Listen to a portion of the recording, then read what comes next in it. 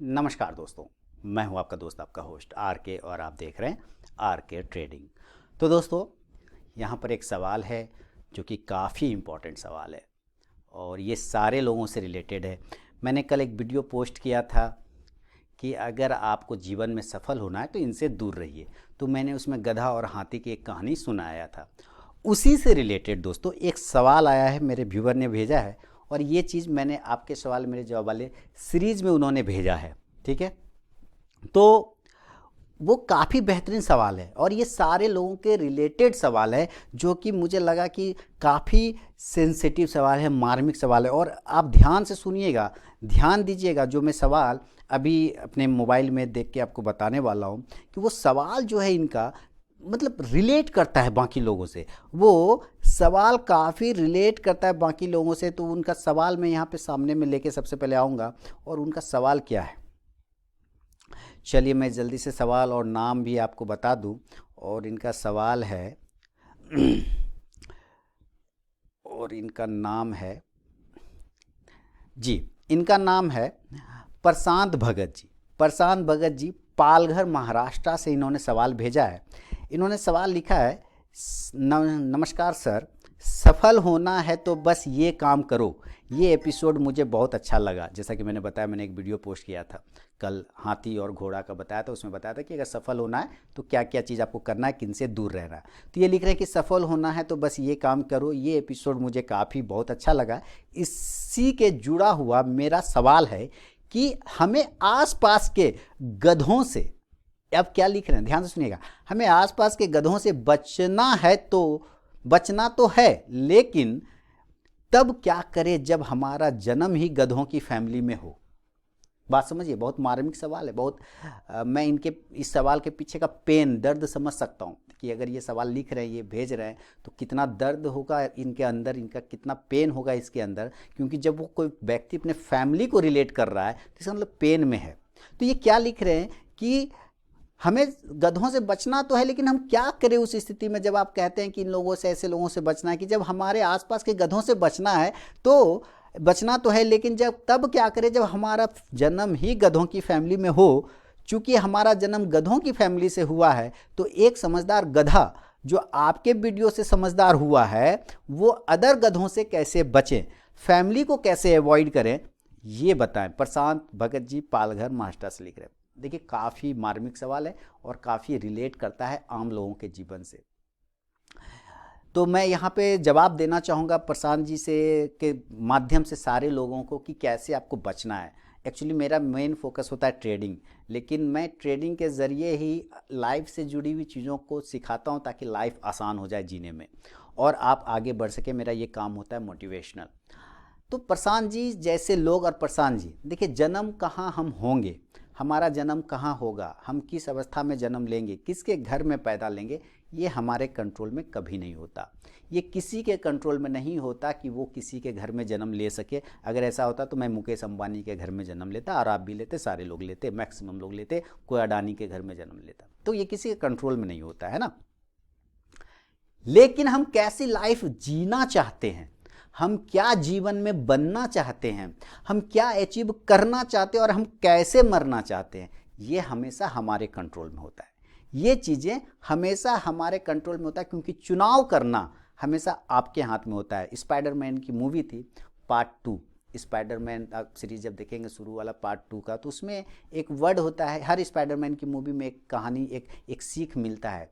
तो उस second part में था कि चुनाव करना हमेशा आपके हाथ में होता है, सिलेक्शन करना हमेशा आपके हाथ में होता है, बचना हमेशा, क्या आप बनना चाहते हैं वो हमेशा आपके हाथ में होता है। जैसे स्टॉक सिलेक्शन मार्केट में करते हैं ना, तो स्टॉक कौन सा उठाना है वो आपके हाथ में होता है, वो कोई कंट्रोल नहीं करता, वो आप कंट्रोल करते हैं कि आपको कौन सा उठाना है। तो यहाँ जीवन में आप क्या बनना चाहते हैं, क्या करना चाहते हैं, किस तरह की लाइफ जीना चाहते हैं, ये हमेशा आपके ऊपर डिपेंड करता है और ये आप कंट्रोल कर सकते हैं। लेकिन अब चूंकि बात आ गई फैमिली की, आपने लिखा कि फैमिली से कैसे बचे, इन ऐसे गधों की फैमिली से कैसे बचे, जन्म ही गधों की फैमिली में हुआ है।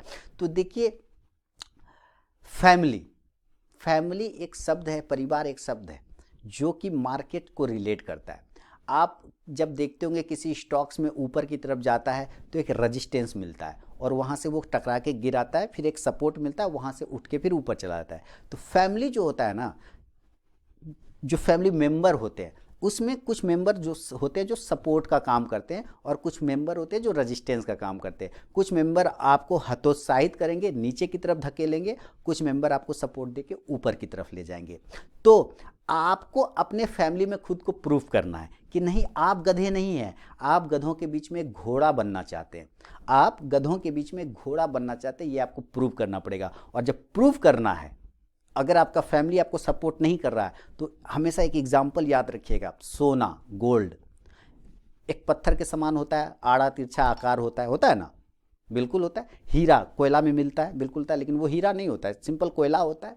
अभी आपके हाथ में थमा देंगे तो उसका कोई यूज़ नहीं, लेकिन जब उसको तराशते हैं, मशीन में ले जाके काटते हैं, पिघलाते हैं, बहुत सारे केमिकल डालते हैं, यानी किस किस प्रोसेस से, कितना हार्डनेस से उसको गुजरना पड़ता है, तब वो अपनी चमक बिखेरता है।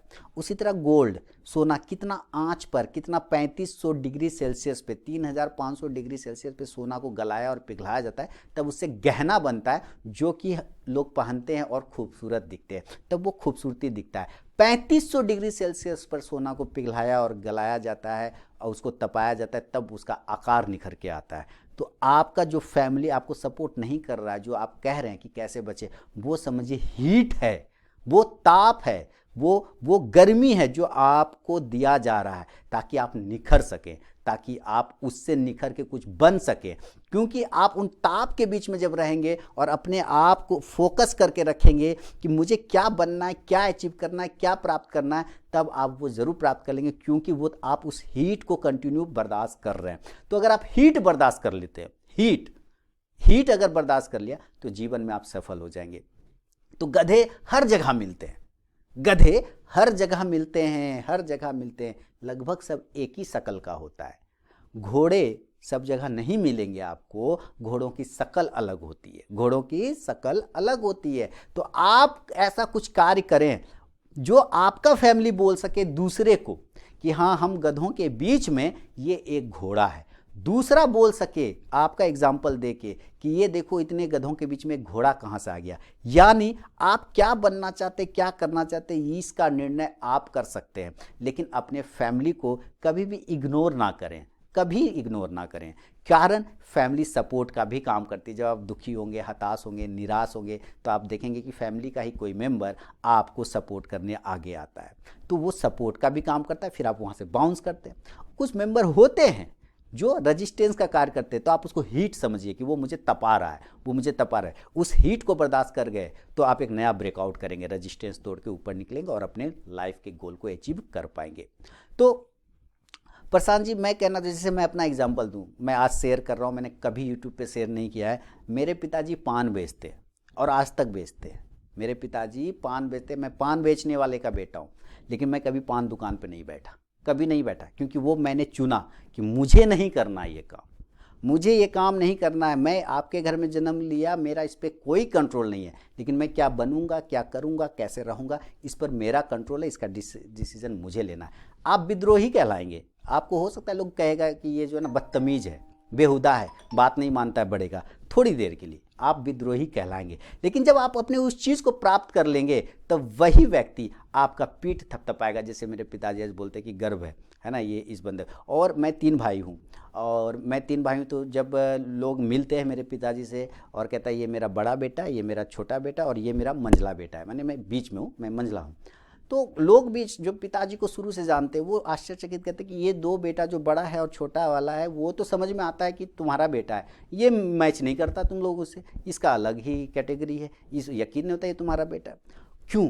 तब वो कहता है, तब पिताजी कहते हैं कि गर्व करता हूँ कि मैं इस पर, ये बिल्कुल डिफरेंट बना, ये बिल्कुल अलग है, ये उसने चुना ही नहीं कभी, जो हम लोग कभी, मैं दुकान पे नहीं बैठा। तो डिसाइड करना आप, मैं उस वक्त मैंने भी झेला विद्रोही, बेहुदा है, बड़े का बात नहीं मानता है, घर कैसे चलेगा, परिवार कैसे चलेगा, इस तरह की तानों को सुनना मिलेगा आपको, फैमिली के काम में हाथ नहीं बटाता, ये सब मिलेगा आपको सुनना। लेकिन जब आप उस विद्रोही स्वभाव को अपने लक्ष्य में परिवर्तित कर देंगे, उस विद्रोही, उस आग को अपने लक्ष्य को प्राप्त करने में लगा देंगे, तो वही व्यक्ति आपका पीठ थपथपाएगा और गर्व करेगा आपके ऊपर। तो डिसाइड ये मत करिए कि आप गधों के बीच में नहीं, हम अमीरों के बीच में पैदा हों, घोड़ों के बीच में। घोड़ा बनिए, अगर गधों के बीच में भी है तो उसमें एक अलग टाइप का घोड़ा बन के दिखाइए, ताकि आपकी पहचान अलग हो जाए। ठीक है?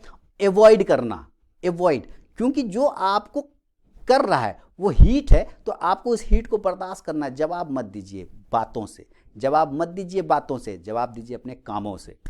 जवाब मत दीजिए अपने बातों से दूसरों को, जवाब दीजिए अपने कामों से। अगर आप अपने काम को प्रूव कर देते हैं तो अपने आप को फिर आप देखेंगे कि वही व्यक्ति, क्योंकि दुनिया एक चीज़ में लगी रहती है, आपका टांग खींचने में, और जब आप सक्सेस हो जाते हैं तो वही दुनिया ताली भी बजाएगी आपके लिए, यकीन जानिए।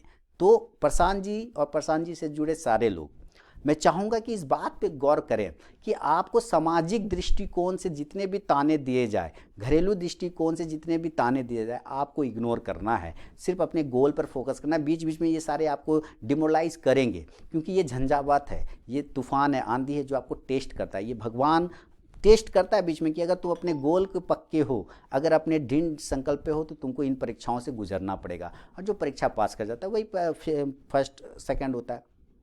इसीलिए मैं कह रहा हूँ कि जन्म लेना किसी के हाथ में नहीं है कि कहाँ जन्म लेगा, लेकिन वो क्या बनना चाहता है, क्या करना चाहता है, कैसे मरना चाहता है, ये तो उसके हाथ में है। तो इस चीज़ को डिसाइड करिए आप, और कभी भी आप इसको इस हिसाब से मत देखिए कि लोग फैमिली मुझे तंग करता है या फैमिली मुझे सपोर्ट नहीं करता। ना ना ना, देखिए जो जिस अवस्था में है और जो जिसने झेला है उसके लिए वो अवस्था बहुत भारी है ना, उसके लिए वो अवस्था बहुत बड़ी है, बहुत मुसीबत वाली रही है। जैसे हम आज से 25 साल 30 साल पहले 5,000 रुपये कट्ठा ज़मीन मिलता था, है ना। तब आज मैं अपने लोग पिताजी को बोलता हूँ, पापा उसमें 5,000 रुपया 2,000 रुपया मिलता था, 200 रुपया 400 रुपया भी मिलता था, 500 रुपये मिलता था, 1,000 रुपये मिलता, तब आपने ज़मीन नहीं लिया, इतना सस्ता था। क्योंकि पता है उस समय वही उनके लिए बहुत महंगा था, उस समय उनकी आर्थिक दृष्टिकोण से वही प्राइस बहुत महंगा था। और आज मैंने घर खरीद लिया जिसका 1 लाख 2 लाख नहीं 3 लाख नहीं 50 लाख के आसपास का वैल्यू है, मैंने खरीद लिया चुटकी में। क्यों?